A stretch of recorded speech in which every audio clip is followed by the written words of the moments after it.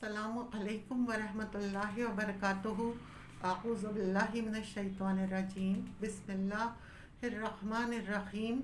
Rabbi इश्रह ली सदरी व यस्सिर ली अमरी वहलुल उक़दतम मिन लिसानी यफ़क़हू क़ौली। रब्बि ज़िदनी इल्मा व अमला। या मुक़ल्लिबल क़ुलूबि सब्बित क़ल्बी अला दीनिक। या रब्बि लकल हम्दु कमा यंबग़ी लिजलालिहि वजहिका व अज़ीम सुल्तानिक। कुरान पाक की तफसीर और तर्जुमा शुरू करने से पहले हम ताऊज़ और तस्मिया यानी आऊज़ु बिल्लाह और बिस्मिल्लाह, इसका तर्जुमा और तफसीर, इस पर बात कर लेते हैं। आज मैं आपको ताऊज़ का तर्जुमा और उसकी तफसीर के बारे में बताऊंगी।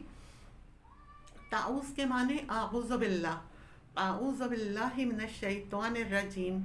मैं पनाह मांगती हूँ अल्लाह ताला की शैतान मरदूद के शर से। आऊज़ु बिल्लाह पढ़ना आप सब में से हर एक जानता है, क्योंकि हम जब भी कुरान मजीद खोलें हमें अल्लाह की पनाह लेनी है। सवाल ये पैदा होता है, हम आऊज़ु बिल्लाह क्यों पढ़ते हैं, आऊज़ु बिल्लाह पढ़नी क्यों ज़रूरी है। पहली बात बहुत बड़ी, अहम, गहरी और सादा है। आऊज़ु बिल्लाह पढ़ना इसलिए ज़रूरी है कि अल्लाह ताला ने इसका हुक्म दिया है। अल्लाह ताला का हुक्म है, इसलिए हम आऊज़ु बिल्लाह पढ़ते हैं। और इसकी दलील सूरह नहल की आयत नंबर 98 है। फ़ैज़ा क़रअतल क़ुरआन फ़स्तइज़ बिल्लाहि मिनश शैतानिर रजीम। जब आप कुरान पढ़ें तो शैतान मरदूद से अल्लाह ताला की पनाह मांगे। ये अल्लाह का हुक्म है। अल्लाह का हुक्म वाजिब होने का फ़ायदा देता है। वाजिब है, रिस्पॉन्सिबिलिटी यानी लेनी है हमें। हमेशा के लिए आऊज़ु बिल्लाह ज़रूर पढ़नी है। आप जब भी अल्लाह ताला का हुक्म माने, इस पर अजर की उम्मीद रखें, अल्लाह ताला से सवाब की उम्मीद रखकर आऊज़ु बिल्लाह पढ़नी है। दूसरी दलील है, कुरान हमें अल्लाह का रास्ता बताता है और शैतान हमें इस रास्ते से रोकना चाहता है, और सिर्फ अल्लाह ताला ही हमें शैतान के शर से बचा सकता है। शैतान के शर को दूर करना वाजिब है। जिस तरह अल्लाह ताला के हुक्म को मानना वाजिब है, ऐसे ही शैतान के शर को दूर करना वाजिब है। सवाल ये पैदा होता है कि शैतान कौन है। हमारे यहाँ लोग जानते तो हैं, लेकिन फिर गलत फहमी में मुब्तला हो जाती हैं। गलत फहमी ये है कि ये फ़रिश्तों में रहता था तो फ़रिश्ता है, तो शैतान जिन है और इंसान का दुश्मन है। ये दलील से साबित है कि शैतान जिन है।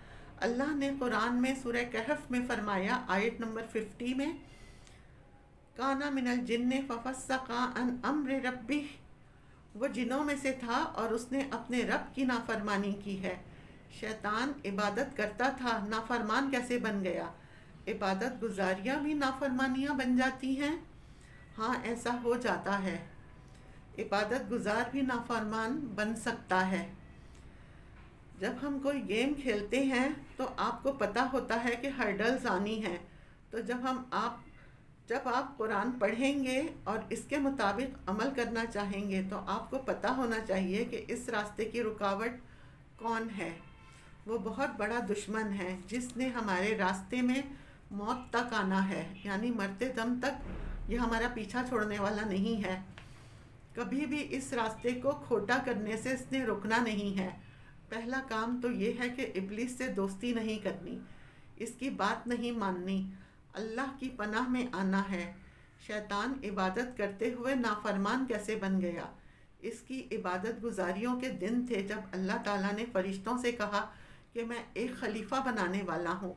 जब आदम अलैहिस्सलाम को अल्लाह ने पैदा किया, फिर फ़रिश्तों से कहा कि सिजदा करो। सब ने सिजदा करा और इब्लीस ने सिजदा नहीं किया। अल्लाह ताला ने इससे पूछा, तुझे किसने रोका कि तूने सिजदा नहीं किया। उसने जवाब दिया कि मैं इससे बेहतर हूँ।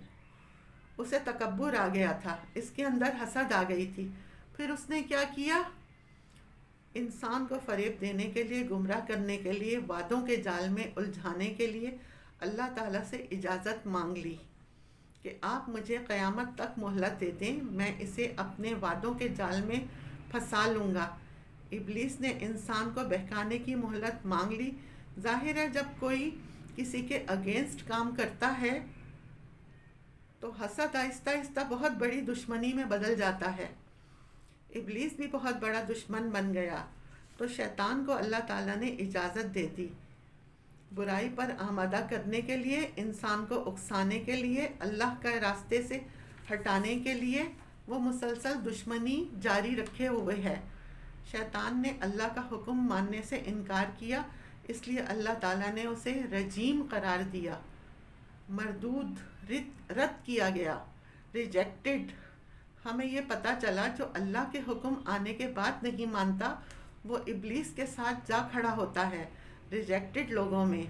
تو ہمیں ریجیکٹڈ لوگوں میں شامل نہیں ہونا. ایوری ٹائم، یعنی جب بھی آپ اعوذ باللہ پڑھیں گے تو آپ ان ساری باتوں کو یاد کریں گے اور اللہ کی پناہ میں آئیں گے. اور جب آپ اللہ کی پناہ میں آئیں گے تو آپ کو ابلیس کی دشمنی یاد آئے گی. ابلیس کی دشمنی صرف حضرت آدم کے ساتھ نہیں بلکہ نسل آدم کے ساتھ بھی ہے، آدم کے بچوں کے ساتھ بھی ہے. آدم کے ہر بچے کو وہ اپنے ساتھ آگ میں لے جانا چاہتا ہے. اس لیے اس دشمنی سے بچنے کے لیے اللہ تعالیٰ کی پناہ مانگنی ہے. اللہ تعالیٰ ہمیں اور آپ کو شیطان سے ہمیشہ پناہ میں رکھے اور عمل کرنے والا بنائے. آمین. وآخر دعوانا ان الحمد للہ رب العالمین.